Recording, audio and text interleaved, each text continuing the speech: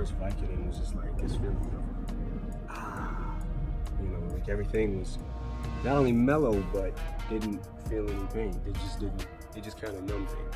I don't know at what point exactly it started to be a problem. I just remember liking it more and more. People tried to tell me that I had a problem. I would say, get that fucking person out of here. I can't believe they said that shit to me. They knew nothing about my fucking life. Are they out of their fucking mind? I'm not out there shooting heroin. I'm not out there fucking, putting coke up my nose. I'm not smoking crack. You're struggling with the argument of, do you have a problem or do you not have a problem? Can you control it or can you not? And I literally thought I could control it. And for 1 out of 10 people, this is how easy it is to fall into the hands of addiction. Once you're addicted, the drugs become interchangeable. You're taking things that people are giving you that you don't even know what the fuck they are. They look like a pill, and they're shaped like something that you take, so you take it. Xanax, Valium, tomato. You know what I mean? It's the same thing. It's all in the same family. Fuck it, take it. Had I got to the hospital about 2 hours later, I would have died. My organs were shutting down. My liver, kidneys, everything. They were gonna have to put me on dialysis. They didn't think I was gonna make it. My bottom was gonna be death within a month. He woke up one morning and couldn't remember the last 3 days. That's not a metaphor.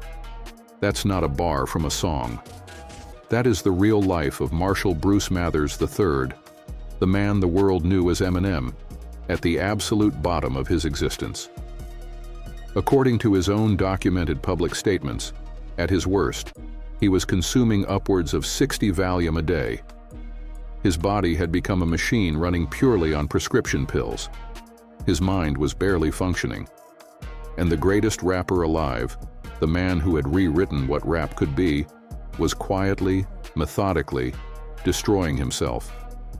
This is the story they don't play between the hits. In today's episode, we're going deep into one of the most documented yet emotionally underreported chapters in hip-hop history, Eminem's brutal war with addiction. We're talking real timelines, his own words from public interviews, and the moments that almost ended everything. No fluff, no filler. The raw truth behind the legend. Let's get into it. To understand how far Eminem fell, you have to understand how high he had risen, and how fast. In 1999, the Slim Shady LP dropped and detonated like a bomb across American culture. Within a year, Marshall Mathers was not just famous, he was inescapable. By 2002, The Eminem Show debuted at #1 in 34 countries. He had won Grammy Awards, Academy Awards, and had become the best-selling rapper of his entire generation. No white artist in the history of hip-hop had been embraced and scrutinized at that level. But the pressure that came with that crown was unlike anything modern music had seen. The lawsuits, the custody battle over his daughter Haley, the public war with his mother, the sudden and devastating death of his best friend, Proof, who was shot and killed in Detroit in April 2006. That loss, according to multiple sources close to Eminem, shattered something inside of him that had never fully healed. Behind the fame, the money, the sold-out arenas, and the platinum certifications, something much darker was quietly destroying everything he had built and everything he was. By 2007, those close to Eminem knew something was deeply wrong. He had largely retreated from public life. The man who had once dominated every room he walked into was now barely leaving his house. And when he finally started speaking publicly about what was happening behind closed doors, the admissions were staggering. In his own words, and he has said this across multiple documented interviews, Eminem described the addiction as something that sneaked up on him gradually. It started with prescribed medication after a serious injury. He said it felt manageable at first, that he thought he had it under control. But before he realized what had happened, he was taking pills just to feel normal, just to get out of bed, just to be a person. He described himself as a zombie, physically present but mentally gone, going through the motions of fatherhood, of life, while being completely hollowed out by dependency. Everything was not only mellow, but didn't feel any pain. It just kind of numbed things. I don't know at what point exactly it started to be a problem. I just remember liking it more and more. People tried to tell me that I had a problem. I would say, get that fucking person out of here. I can't believe they said that shit to me. They know nothing about my fucking life. Are they out of their fucking mind? I'm not out there shooting heroin. I'm not out there fucking, putting coke up my nose. I'm not smoking crack. You're struggling with the argument of, do you have a problem or do you not have a problem? Can you control it or can you not? And I literally thought I could control it. And for 1 out of 10 people, this is how easy it is to fall into the hands of addiction. Once you're addicted. What hits hardest about his honesty isn't the shock value. It's the shame embedded in the words. Here was a man who had built an entire career on brutal self-expression, and even he couldn't fully see what was happening to himself until it was almost too late. That's the insidious nature of addiction. It doesn't announce itself, it whispers.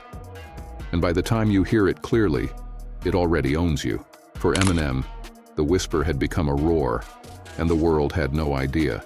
The years between 2005 and 2007 represent the darkest corridor of Eminem's life. And when you lay out the timeline, the freefall is almost incomprehensible. Proof died in April 2006.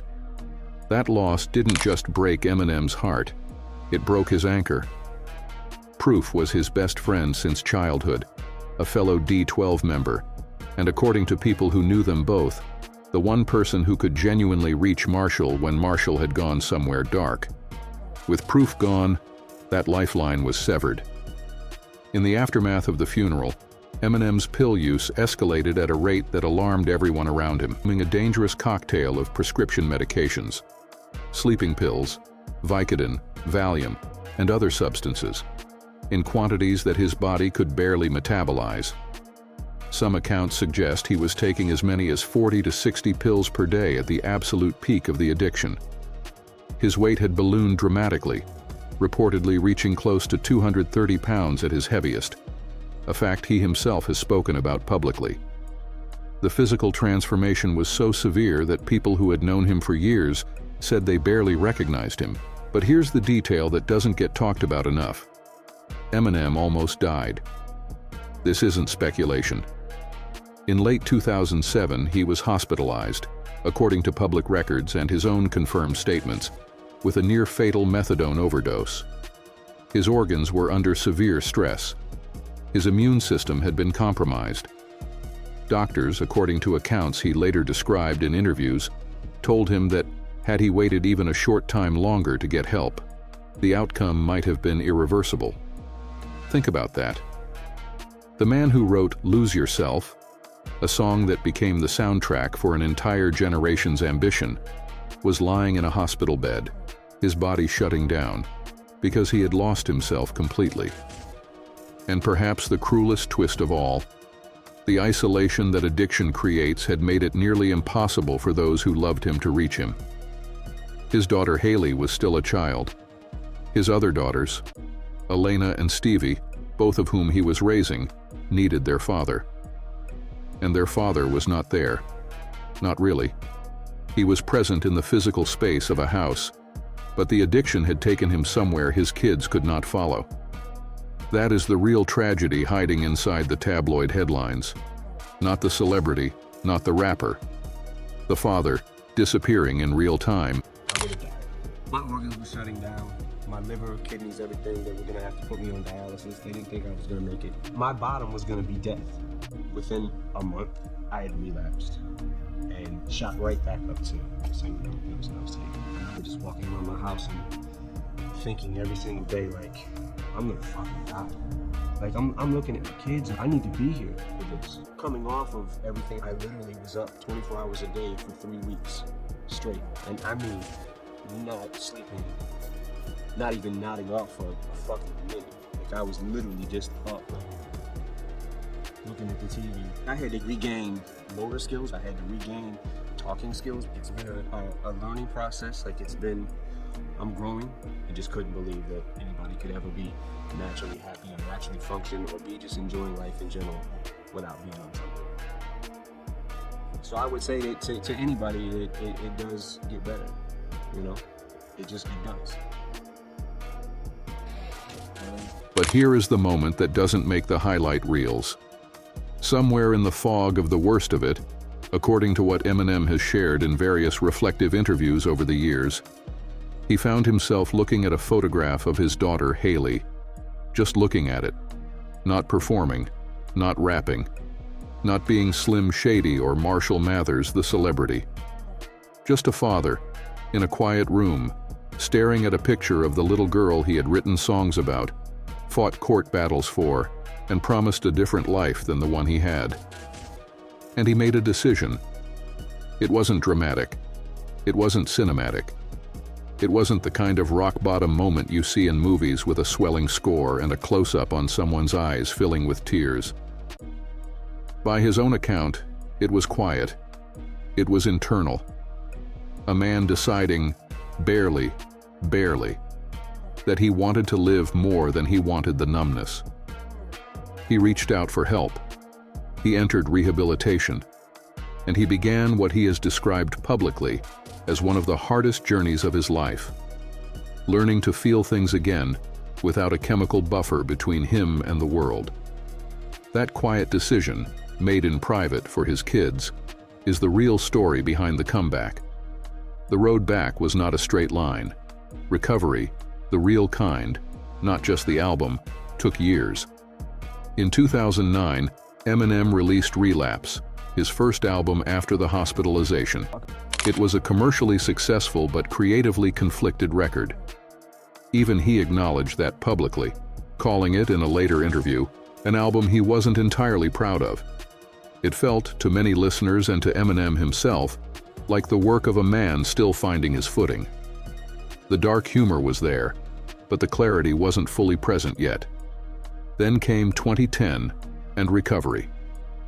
The album debuted at #1 in 17 countries and became the best-selling album worldwide that year. But beyond the commercial performance, what mattered was what it represented. Songs like Not Afraid and Almost Famous weren't just hits. They were dispatches from a man who had genuinely been through something and was processing it publicly, in real time, through the only medium he had ever fully trusted: his music. For hip-hop culture, this arc carried enormous weight. Here was the genre's most commercially visible figure modeling something that rap had historically struggled to accommodate: vulnerability, asking for help, admitting weakness, speaking openly about mental health and substance dependency at a level of detail that was almost uncomfortable in its honesty. In a genre that had long rewarded invincibility, Eminem made surviving, not thriving, not dominating, just surviving, feel powerful. And that mattered for a generation of fans who were fighting their own invisible battles. As of 2026, Eminem has been publicly sober for well over 15 years. He has spoken at length in interviews about replacing his addiction with running, logging, by his own admission, up to 17 miles a day at points during his early recovery, using physical exhaustion as a substitute for the chemical escape he no longer permitted himself. The rumors had that when you were away that you'd ballooned up, that you'd got really big. I think I probably tipped the scales a little over 200. It was eating, it was taking pills that I had no business taking. Times I wanted to just give it up. I mean, I was in a pretty dark place. Keeping check this now, you must be working out a lot, I guess? Yeah, I run a lot. I run quite a bit. I get up in the morning, I run. I was running twice a day for a little while. And how far do you run when you say run? It's half an hour, 10 minutes? What is it? So the total is 17 miles. Do you know what that is? That's you filling the gap you had in your life when you've given up the other stuff. And it's kind of addictive behavior. Yeah, it's like you kind of go from one addiction to the next, and I'm an addict. You know what I mean? So I guess I'm extreme. His catalog remains unmatched in terms of cultural saturation. He is, by most documented measures, the best-selling rapper in history. His daughter Haley, the little girl from the photograph, graduated college, built a public life of her own, and has spoken warmly about her father. His other daughters have similarly built stable lives. The family that addiction nearly destroyed held together. In 2024, he released The Death of Slim Shady, Coup de Grace, signaling what many interpreted as a deliberate artistic farewell to the alter ego that had defined and sometimes consumed him for decades. It was the act of a man in full control of his own narrative, something that, for a long stretch of years, had felt like an impossibility. What Eminem leaves behind is not just a discography. It is proof that the most public fall does not have to be the final act. Marshall Mathers went from a trailer park in Detroit to the top of the world, and then almost lost everything. Not to an enemy, not to a rival, but to something growing quietly inside his own mind. He survived it. He came back. And he did it on his own terms. Here's the question I want you to sit with. Drop it in the comments and let's actually talk about it. If Eminem had never hit that rock bottom, would recovery, and everything that came after, have ever been possible? Or does the fall have to happen before the real art can? If this story hit different, hit subscribe and turn on notifications. We bring the real stories behind the music, not the highlight reel, the full picture. Drop your thoughts below. I genuinely read every comment. And if you want to see us go deep on another artist's untold chapter, let me know who. We'll be there.